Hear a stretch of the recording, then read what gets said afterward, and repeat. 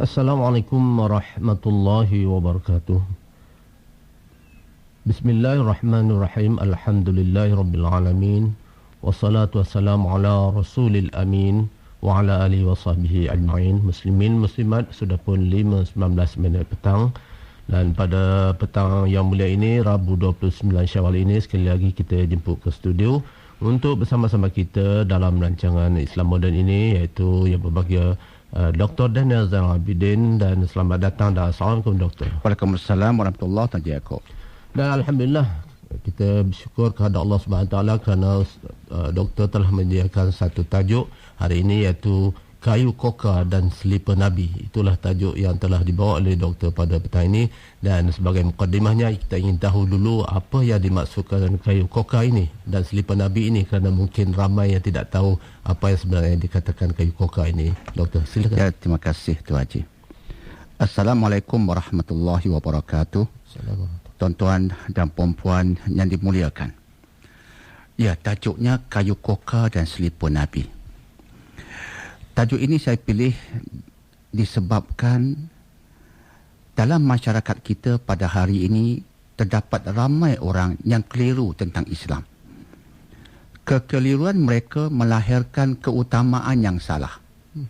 Apa yang Nabi utamakan, mereka abaikan. Apa yang Nabi tidak tekankan, mereka utamakan.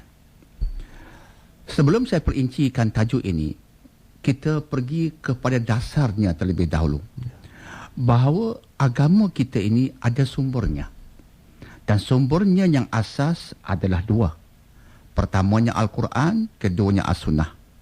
Berdasarkan sebagai contoh sabda Nabi SAW yang berbunyi, Taraktu fikum amroin, lan tadillu ma tamassaktum bihima, kitab Allah wa sunnati.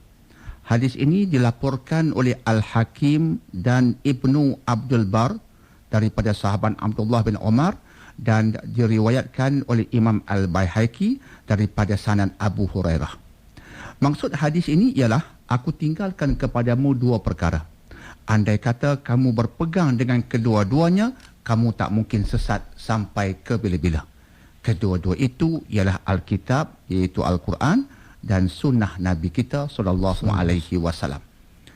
Maka kedua-dua sumber ini melahirkan syariat.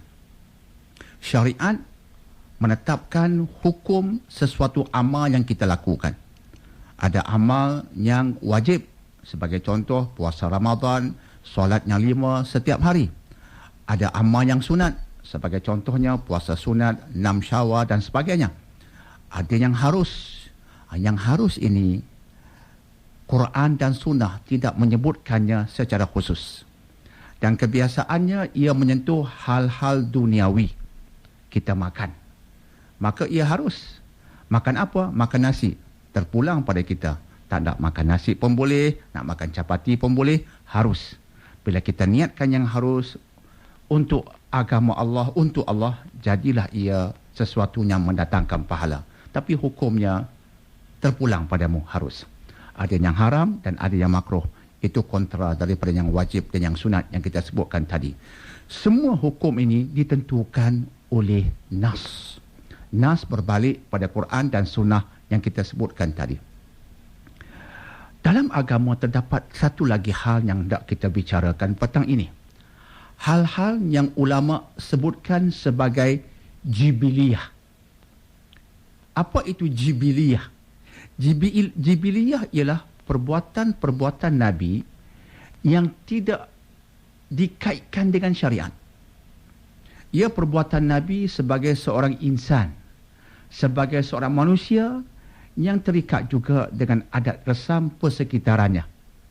Maka Nabi juga Rasulullah pada ketika yang sama, baginda juga terikat dengan persekitaran, terikat dengan adat-adat yang tertentu, dan terikat dengan hukum kemanusiaan.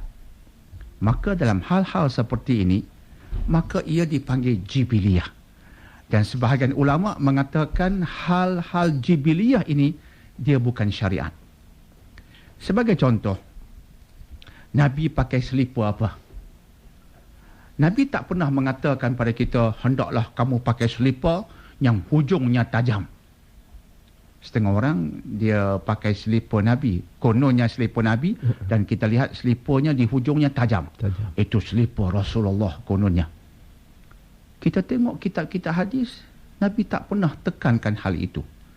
Nabi pakai selipar itu sebab itu kebiasaan di zaman Arab ketika itu. Biasanya itulah selipar yang orang Arab pakai, Nabi pun memakainya seperti orang lain. Itu jibiliyah.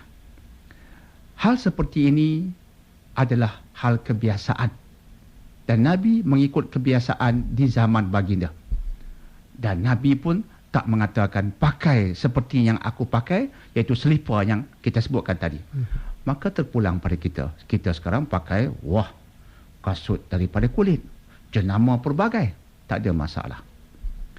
Tetapi apabila segelintir manusia, dia mengutamakan hal-hal ini, maka ini kita rasakan tersilap keutamaan.